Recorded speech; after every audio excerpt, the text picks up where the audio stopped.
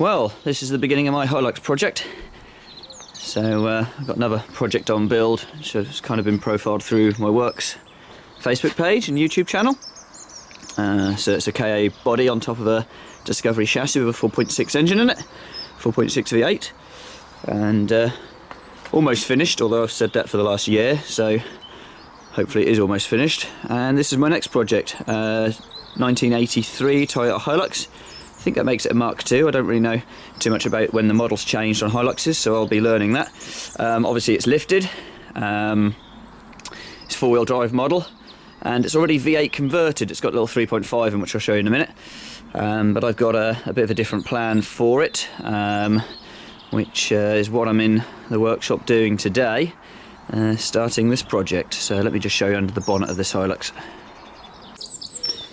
Right, so yeah, as I say, it's already V8 converted. I believe it's probably got a Milner adapter plate going onto the original Hilux gearbox.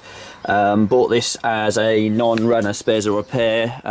First gear in the gearbox doesn't work, so I can move it around at the moment. I've just got it in low box and pulling away in second.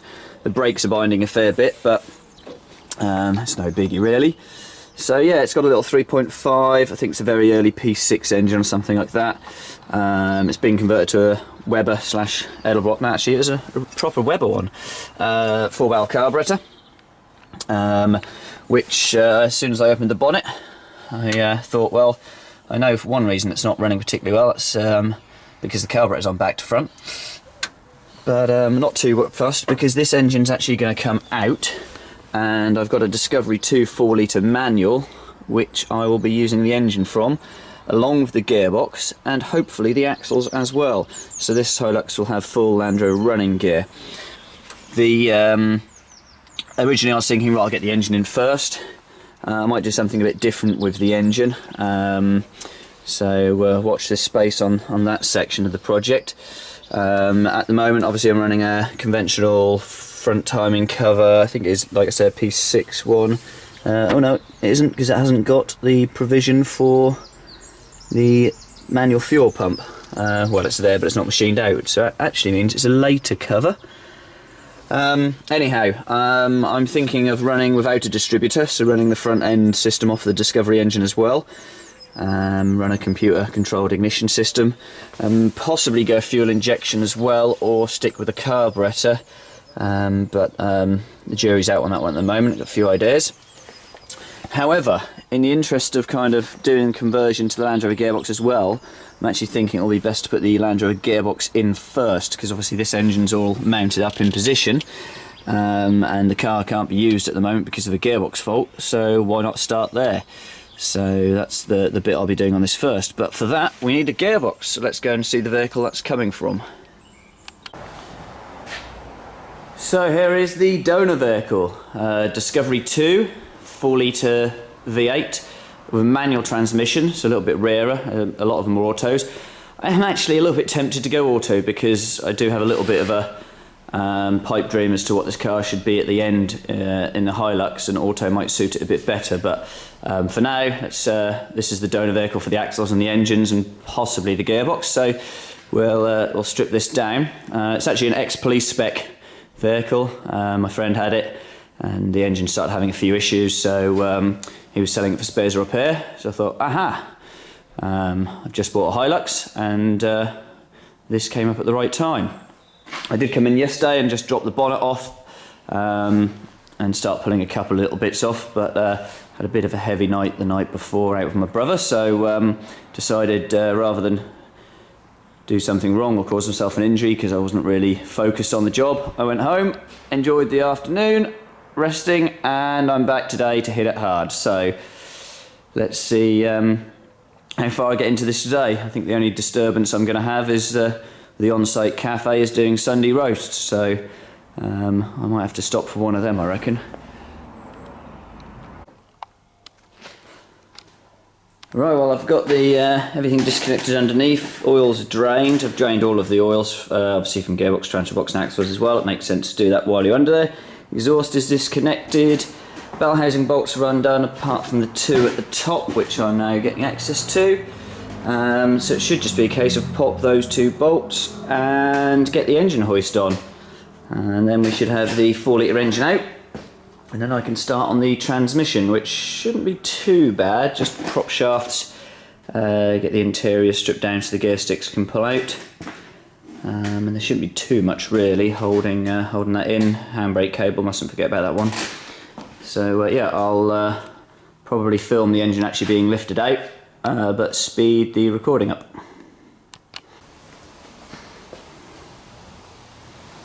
Okay, engine's free off the engine mount. It's just separated from the gearbox at the back. So it should now just lift out.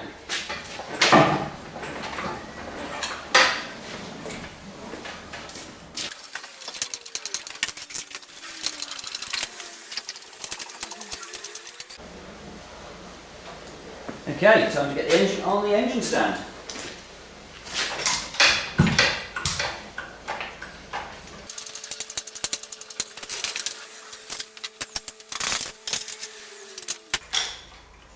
Excellent. Right, I'll get these bolts undone, wheel this out of the way before I start taking the gearbox out.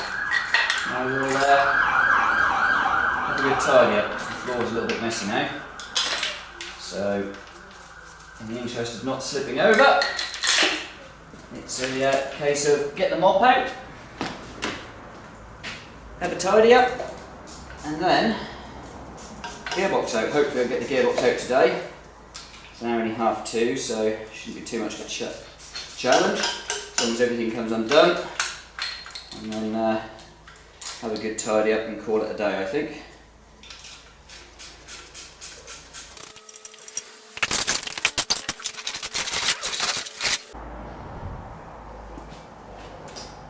Right, everything's disconnected off the gearbox, it's dropped down on the table lift, so it should just be a case of up and tee up.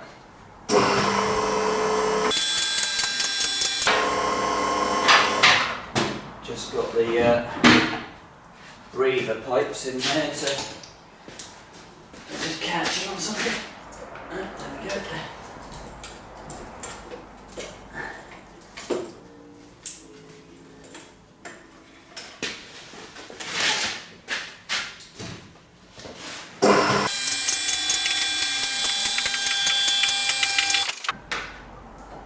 Okay, that's the gearbox out then. One thing that's slightly interesting is looked in the back of the crankshaft when I pulled the flywheel off and there was no spigot bush. Double checked the input shaft size. It's roughly, I mean I haven't mic'd it up, it's roughly 20mm and the ID of the crankshaft is roughly 24. There should be, or should have been, a spigot bush. Checked all over the floor, nothing fell out when I pulled the engine out, so there's a little bit of free play on the input shaft, by no means masses from what I've seen before, but I think it will be well worth, especially judging by the colour of the oil that came out of the gearbox, stripping the gearbox down before I do anything in terms of putting it into the Hilux. But that will all be for another day. Still got axles to come off this vehicle, because I would like to install them on the Hilux. I'm not too sure how tricky that's going to be, but I'll have them off this car anyway. And then once I've got all these parts cleaned and stored and the engine stripped down, I'll actually be putting a hold on this project because I need to finish the KA Mini Monster Truck that you saw at the beginning of this video. So it's just a case of I would like to get this vehicle tidied up as it's taking up a lot of storage space, obviously being a full vehicle. Which leads me on to the last bit of this video, which is thanks to where I work, RPI Engineering, use of the workshop and everything. I guess it's kind of sponsorship really, because many people would pay for space like this. So yeah, shout out to RPI Engineering, v8engines.com. So the engine build will be something I do feature, and these videos will be shared through Work's Facebook page and YouTube channel as well. But for now, I think that's me done for the day. Again, another tidy up required. And yeah, I'll publish this video and maybe do a second video of the axles coming off the car and the gearbox and engine stripped down maybe. So watch this space, but it ain't going to happen quickly.